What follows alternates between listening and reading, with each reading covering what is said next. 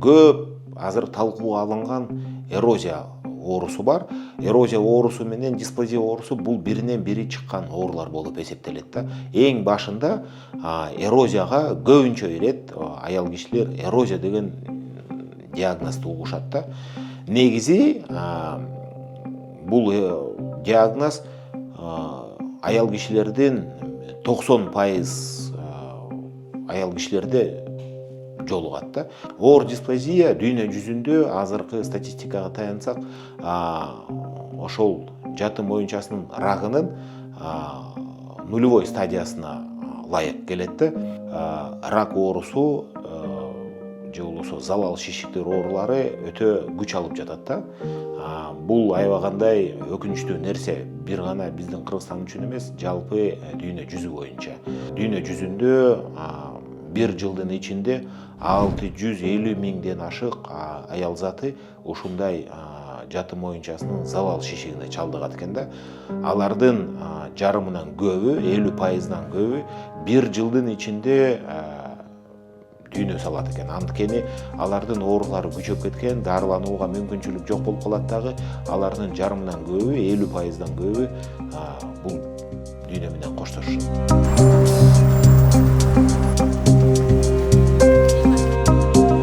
Саламатсыздарбы, Алды каналынын көрүүчүлөрү, негизи эле өзүнүн ден соолугуна кам көргөн айымдар.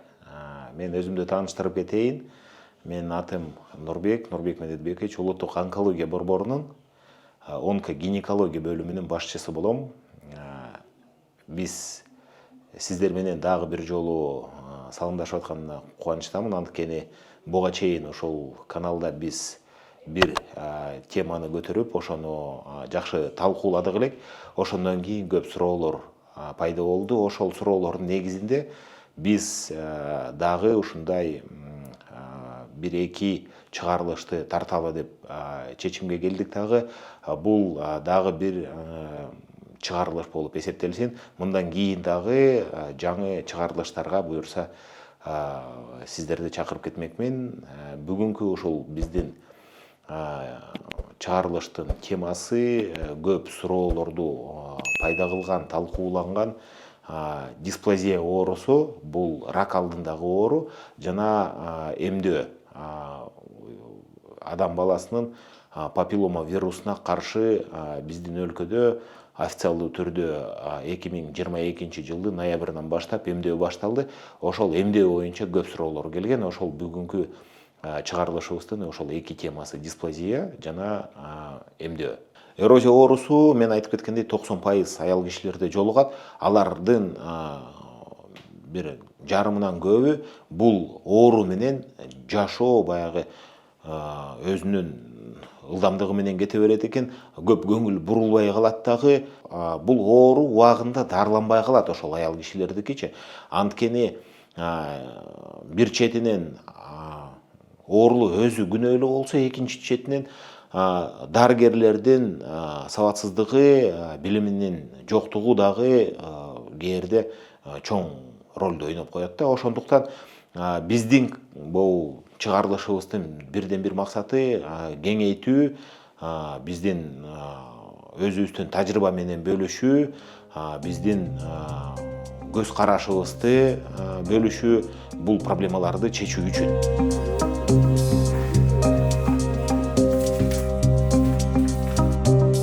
Өзүнө кам көргөн аял кишилер сөзсүз түрдө ошол диагнозду такташ үчүн, эмне кылып дарылаш үчүн азыр интернет баракчаларынан издешет, же болбосо дарыгерлерге барып кайрылышат дагы. Ошолордон анан кеп кеңеш алышып, көбүнчө учурда бизге дагы көп кайрылышат.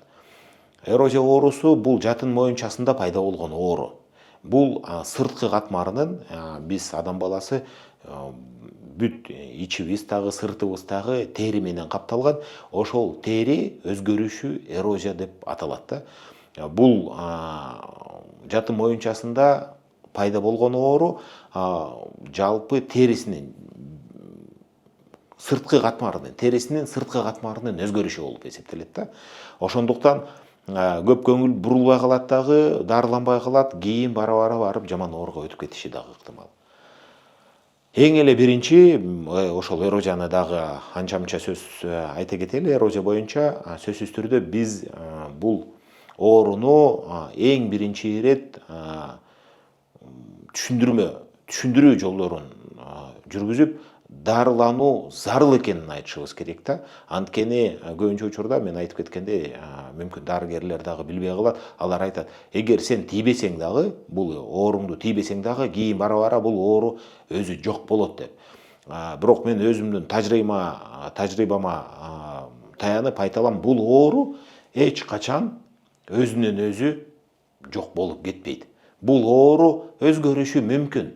Өзгөргөндө дагы жаман ооруга өзгөрүшү мүмкүн. Бирок өзүнөн өзү таптакыр эч качан жоголуп кетпейт.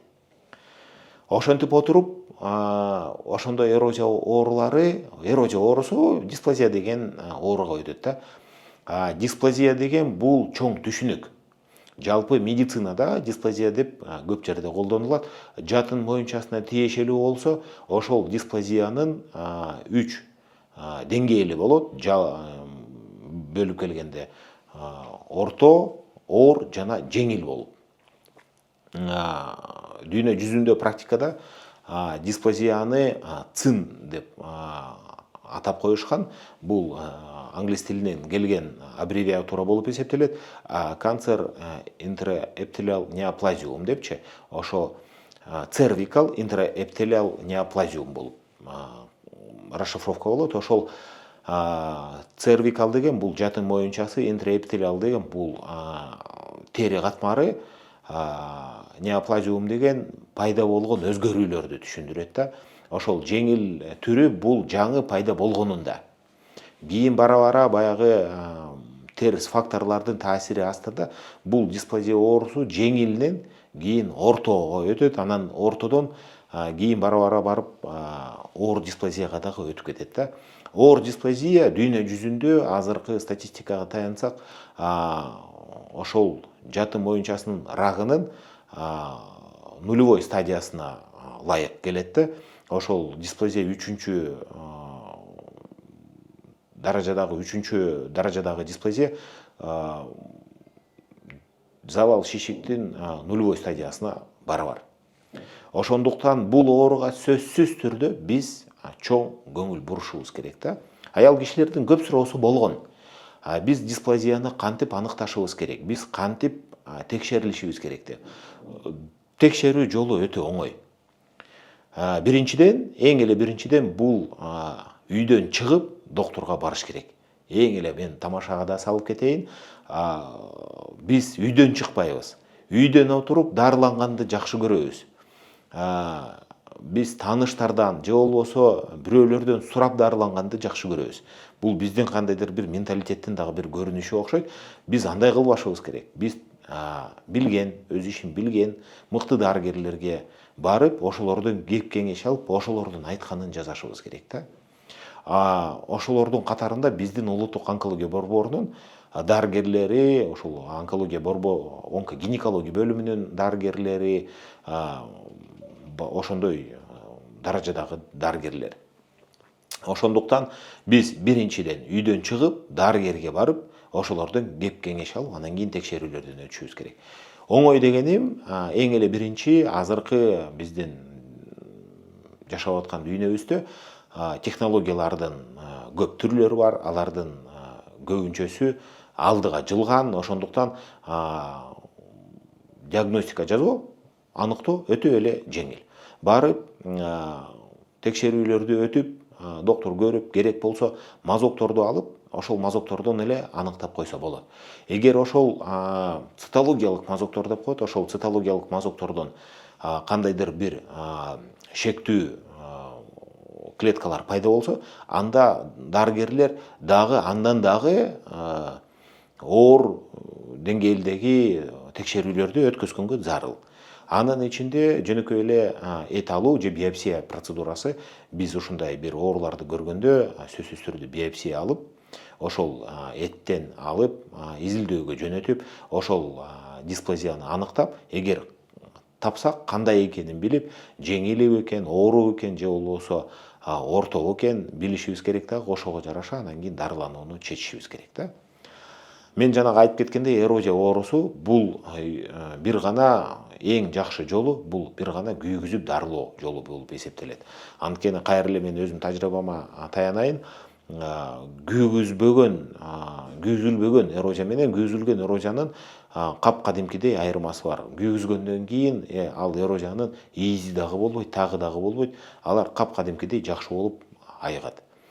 Ошентип дисплазияны дагы дарылаганга туура келет. Дисплазиянын дагы дарылануунун бир жолу ошол күйгүзүү ыкмасы. Күйгүзүүнү дагы тажрыйбалуу, билген, жакшы дарыгер жасаганга шарт. Ошентип жасап, күйгүзүп, дарыланып, ошол дисплазияны жок кылышыбыз керек. Сөзсүз түрдө.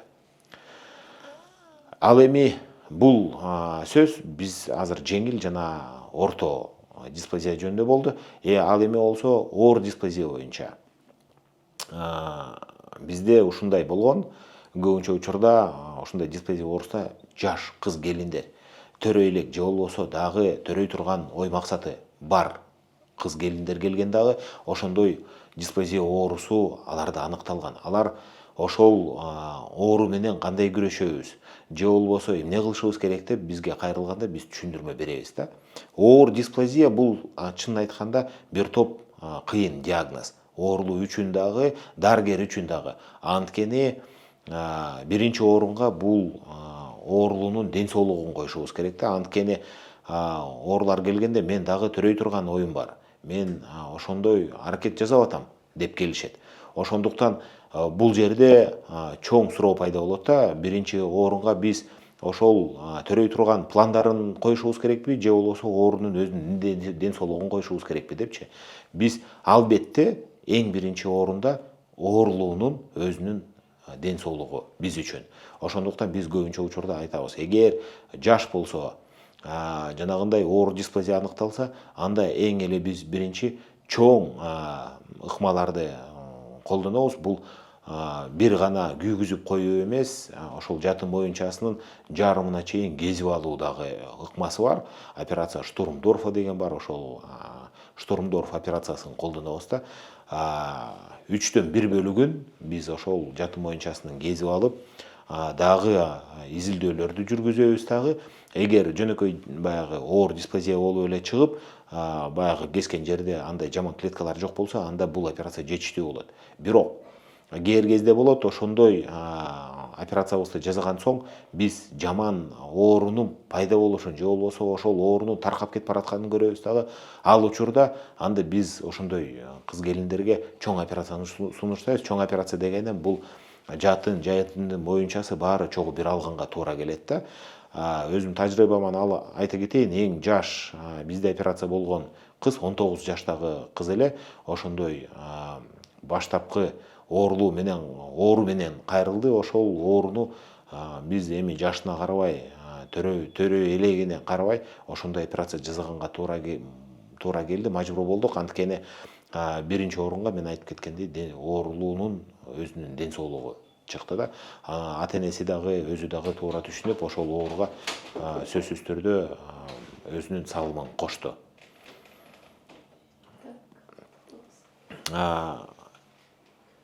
Дагы айта кетчү нерсе, эми ошол дисплазиянын дагы кийинки биз тепкичине өтөлү.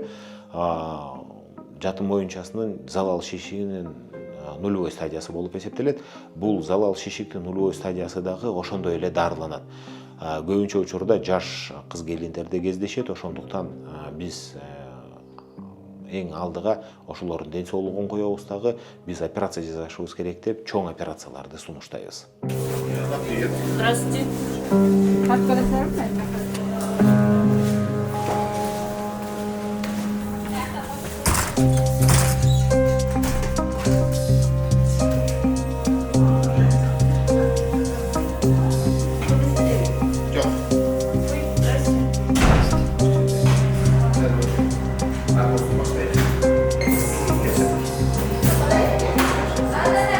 Дисплазиянын кандайдыр бир сөзсүз түрдө так симптомдору жок. Анткени бул мен айтып кеткендей эрозия оорусунан кийин улам пайда болгон оору болуп эсептелет да.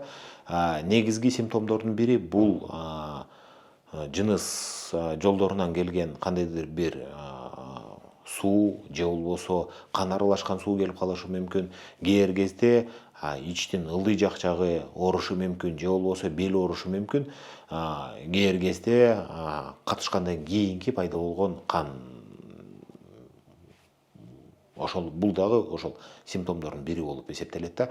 Бирок дисплазиянын бул баягы күчөп кеткендеги симптомдор болуп эсептелет.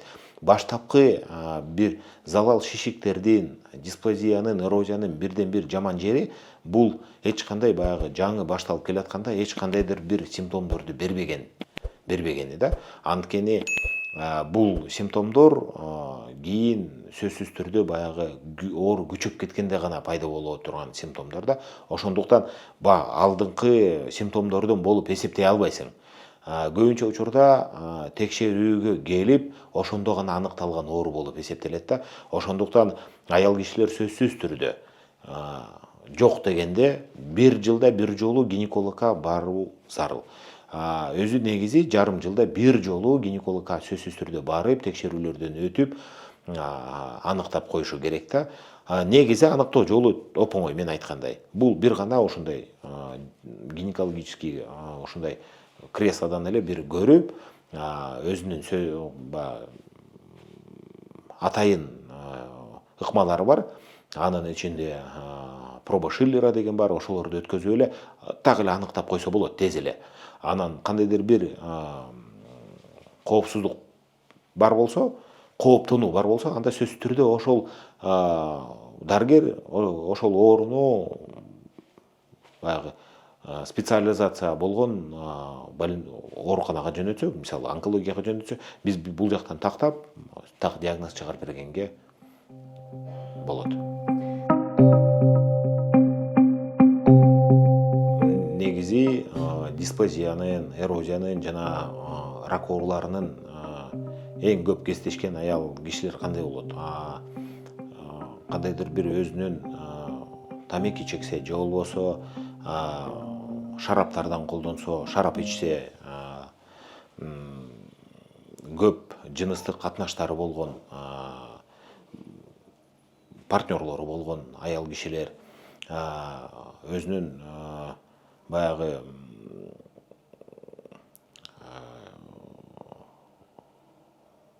гигиенасын сактабаган, көп баягы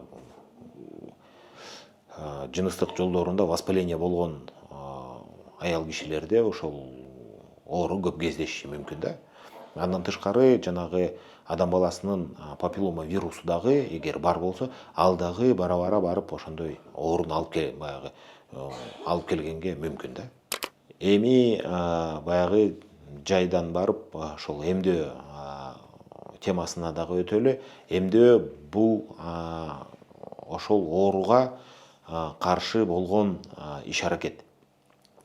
Биз баарыбыз билебиз, Советтер Союзунда көп оорулардан ошо кичинекей бала кезектен баштап эле эмдөөлөрдү өтчүбүз. Ошол эмдөөлөрдүн кесепетинен биз көп оорулардан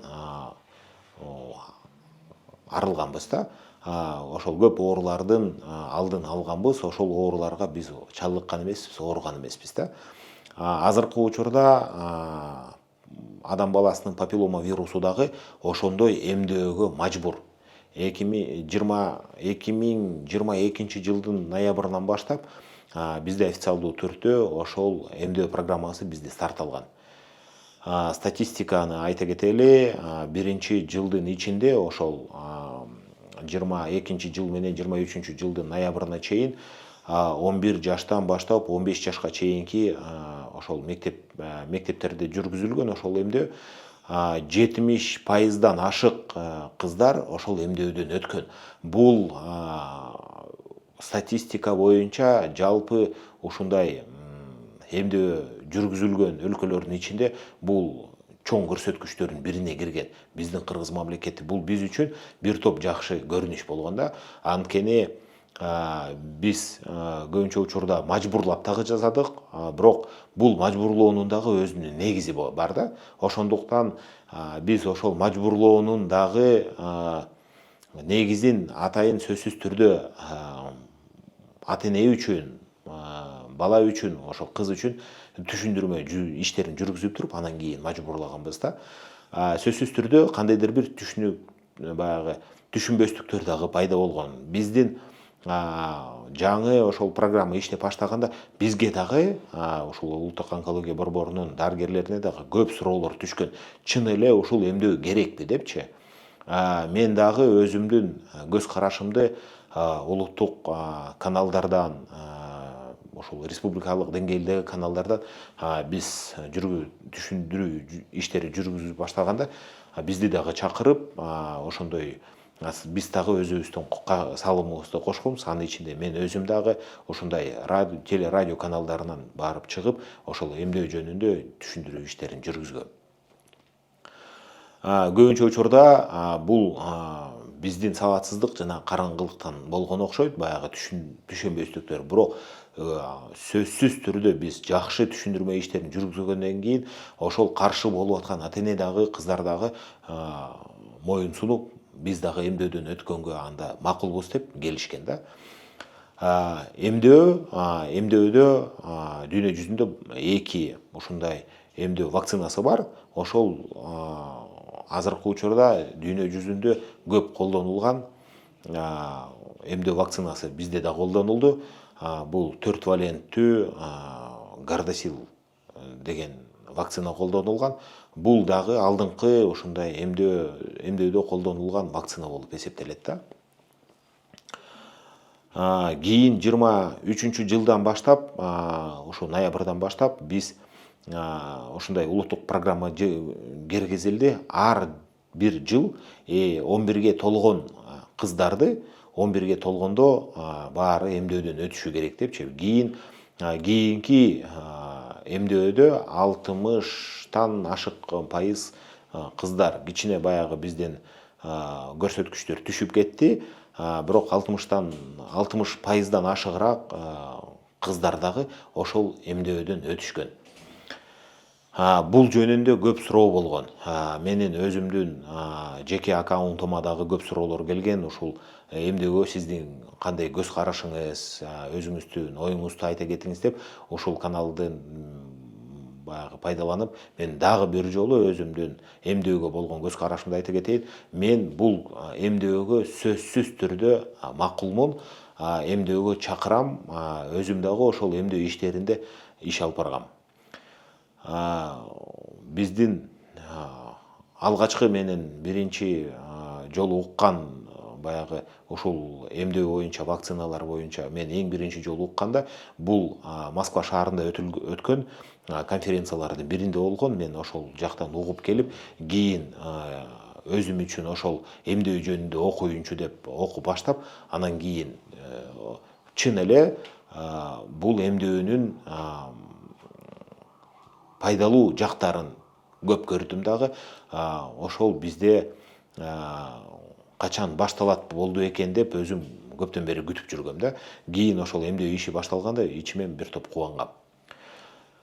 Эмдөө иштери боюнча дагы айта кетчү нерсе, эң эле биринчи бул эмдөө иштери Америка Кошмо Штаттарында дагы өткөзүлгөн экен.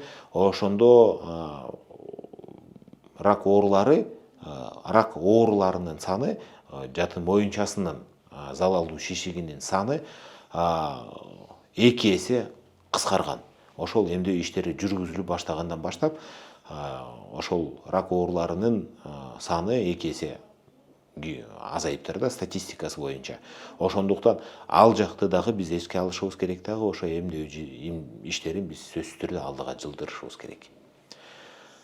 Көп айтчу нерсе бар, бирок биздин ошол Кыргыз мамлекетинин өкмөтү, биздин министрлик дагы ушул иштерди дагы алдыга жылдырганга өзүнүн иш аракеттерин дагы жумшайт деп мен терең ишенем. Ошондуктан дагы бир жолу кайрылып кетет элем. Эгер эмдөө иштерине сиздердин кандайдыр бир туура эмес же болбосо түшүнүксүз кандайдыр бир көңүлдөрүңөр бар болсо, андан көрө ошол специалисттерге барып, ошолордон кеп кеңеш алып, кандай иштери болуп атканын билип, ошондон кийин гана анан эмдөө же өтүп, же болбосо өтпөсөңөр дагы ошондон кийин анан бир чечимге келгениңерди мен сурап атайын.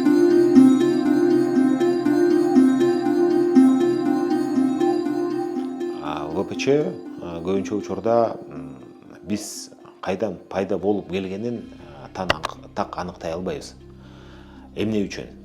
Негизи бала төрөлүп атканда аял кишинин баягы жыныстык жолунан өтүп аткан учурда көбүнчө эмес, негизи эле бала ошондо өзүнүн атасынын же болбосо өзүнүн энесине, ата энесине таандык болгон микробтор менен камсыз болот да.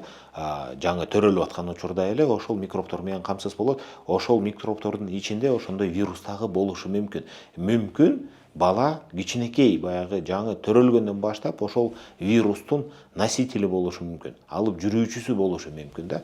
Ал кайдан пайда болгонун биз так аныктай албайбыз. Анткени иммунитет күчтүү болсо, бул вирус кандан аныкталбайт, билинбей жүрө бериши мүмкүн. Көп учурларда болгон бизде жаш кыздар келип, жаңы күйөөгө тийген кыздар келип, менде деген ушундай вирус пайда болуп калыптыр. Менде буга чейин жок болчу бул вирус. Мен текшерилгем, бирок менде аныкталган эмес. Бул менин жолдошуман пайда болду. Бул жолдошум деген сөзсүз түрдө кандайдыр бир мүмкүн бирөөдөн жуктуруп, же болбосо өзүндө бар, анан кийин мага жуктурду деген көп суроо талкуулар пайда болгондо, бирок мен дайыма түшүндүрүп кетем. Биз сөзсүз түрдө сен жолдошуңан же болбосо бирөөнүн жуктуруп алдың деп биз так айта албайбыз. Көбүнчө учурда кыздарда бул кичинекей кезинен бери өзүнө таандык болгон вирус болушу дагы мүмкүн. Кандайдыр бир учурда ал пайда болуп, ошону менен өмүр бою жүрө бериши мүмкүн дагы, бирок эч качан мындай билинген эмес да. Өзүнүн симптомдору жок болгондуктан билинген эмес. Ошондой учурда баягы жолдоштору менен дагы чыр чатак болуп, сен мага жугуздуң же болбосо менден сага жукту деген көп чыр талаштар болгон. Бирок бул каяктан кандай пайда болгону өтө эле кыйын табуу. Ошондуктан эгер бул бар болсо, жолдошу дагы, аялы дагы ошол эки киши тең сөзсүз түрдө баягы дарылануудан өтүп коюшу зарыл да. Экөө тең жакшы дарыланып, өзүнө кам көрүп койсо ден соолугуна, кийин бара ал вирус экөөнүн тең жок болуп кетиши ыктымал.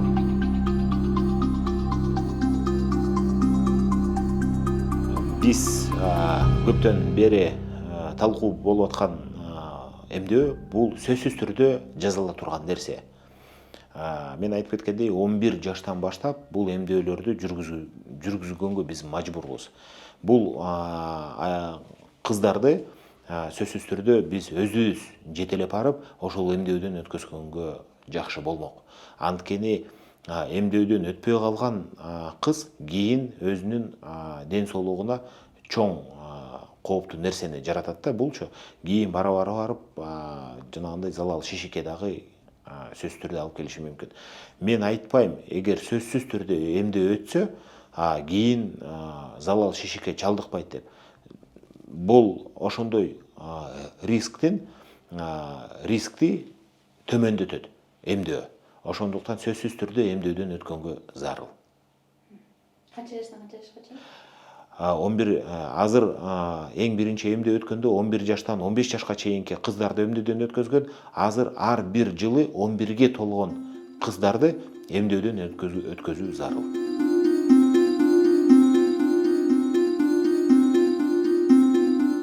Көп суроолор дагы пайда болгон. Биз ошол эмдөөдөн биз дагы өтөт элек деп жашы улгайып калган аял кишилер дагы кайрылган эле, бирок эмдөө азыркы учурда жыныстык катнашка кире элек кыздарга гана жардам берет деген өзүнүн бир шарты бар да. Ошондуктан аял кишилер эгер 15 жаштан өтүп кетип 20 жаш болобу, 25 жаш болобу, 30-35 жаш болобу, бирок жыныстык катнашка кирбеген болсо, сөзсүз түрдө эмдөөдөн өтүп койсо болот. Бирок бул эмдөө ал андай баягы аял кишилерге өзүнүн кандай таасирин тийгизет, ал өтө мындай оор суроо да анткени белгисиз да анткени 11 жаштагы кыздардын 11 жаштан 15 жашка чейинки кыздардын иммунитети жаңы түзүлүп аткандыктан курулуп аткандыктан алар жеңил ошону кабыл алышат да эмдөөдөн жеңил өтүшөт. Ошондуктан сөзсүз түрдө ушундай баягы период полового созревания деп коет, ошол маалда ошол эмдөө өтсө ошонун таасири жакшы болот деп сөзсүз түрдө ошондой тастыкталган да. Кийинки жаштагы аял кишилерге көп деле өзүнүн таасирин тийгизбей калышы мүмкүн деген.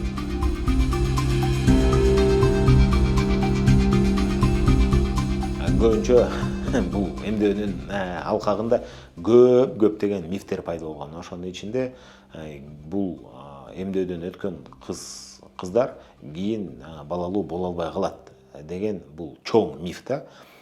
Бул коркутуу максатында же болбосо ошол эмдөөдөн өтпөш үчүн пайда болгон миф, бирок ал чындыкка жатпайт.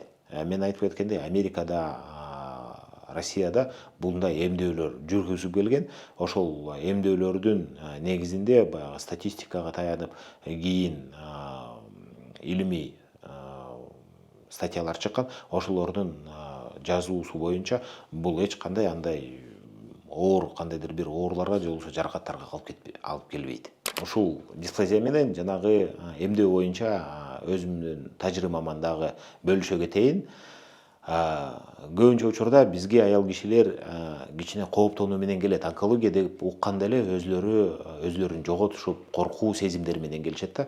Онкология десе эле сөзсүз түрдө сиздерде онкология болот же болбосо сизде онкология аныкталат деген андай жок. Онкологияга жиберсе сөзсүз түрдө ушул онкологторго, тажрыйбалуу дарыгерлерге кайрылгыла. Тажрыйбаман айта кетчү нерсе, мен ушундай бизге аял киши кайрылган, ушундай дисплазия оорусу менен тастыкталбаган диагноз болчу, бирок бизге ошол тастыктоо иретинде жөнөтүлгөн оору эле. Биз текшерүүлөрдү өткөздүк, ошол эле биопсияны өткөздүк. Кийин дисплазия деген ооруга биз аныктап, анан түшүндүрмө бердик. Ушундай оору экен, сөзсүз түрдө сиз ушул баягы ооруңузду дарылашыңыз керек, анткени кийин барып бул жаман ооруга айланып кетиши ыктымал деген мааниде баарын түшүндүрүп бердик. Аял киши өзүнө кичине баягы бөлөкчө ойго кеткен окшойт, жаман оору окшойт меники деп табыптарга барып алыптыр да. Табыптарга барып көп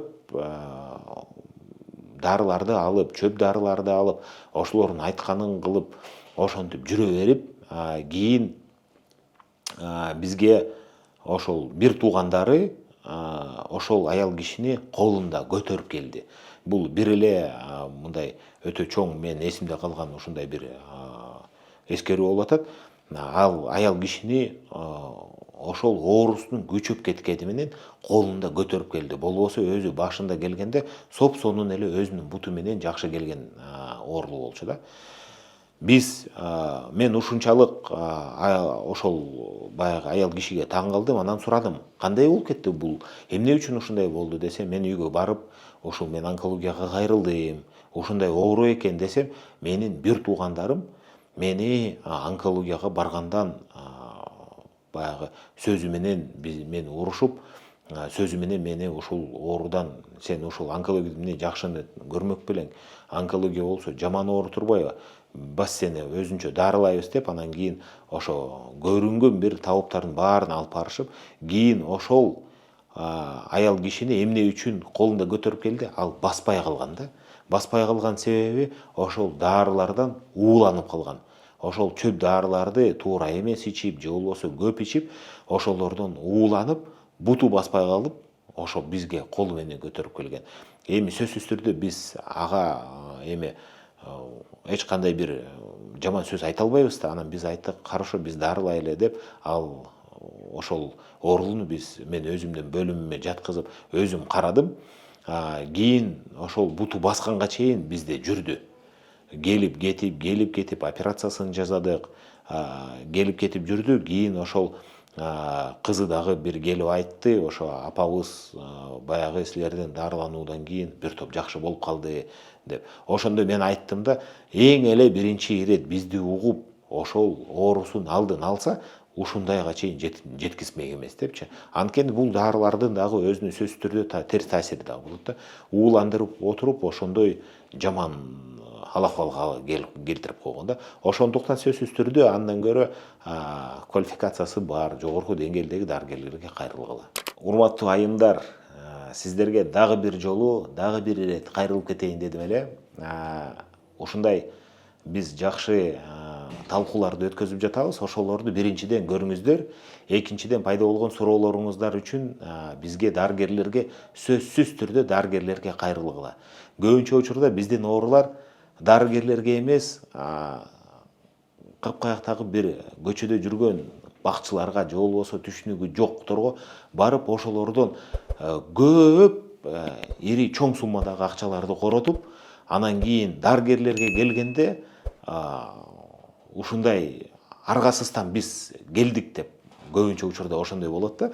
Ошондо мен күлөм, ошол силер короткон акчаңарды өзүңөргө, андан көрө өзүңөргө жумшабайсыңарбы? Андан көрө ушул биринчи ирет дарыгерге келип, жакшы дарыланып, эч көп баягы акчаңарды коротпой эле тез эле айыгып кетмексиңер депчи.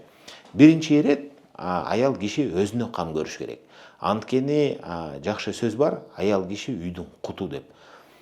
Мен муну көп жерден уккам, чын эле аял киши бактылуу үй бүлөнүн, үйдүн куту болуп эсептелет да. Ошондуктан аял кишилер сөзсүз түрдө өзүнө кам көрүшү керек. Алар ден соолукта болсо, алар өзлөрүнүн балдарын дагы, жолдошторун дагы, бир туугандарын дагы көңүл буруп жакшы карай алышат. Ден соолугу жок болсо, бир тууганына эмес, жолдошуна эмес, өзүнө алы келбей калат. Ошондуктан сөзсүз түрдө өзүңөргө кам көргүлө. Дарыгерлерге кайрылгыла, текшерүүлөрдөн өтүп тургула. Жарым жылда бул кыргыз үчүн бул жөн эле фантастика. Жарым жылда бир жолу мен докторго көрүнүп атам деген бул фантастика. Бирок жок дегенде бир жолу, жылына бир жолу өзүңөргө бир күндү ченеп чыгарып, ошол күнү дарыгерлерге кайрылгыла.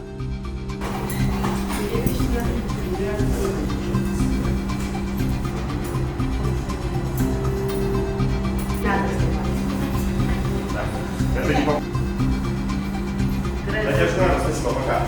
Всем спасибо. Самое главное, мне.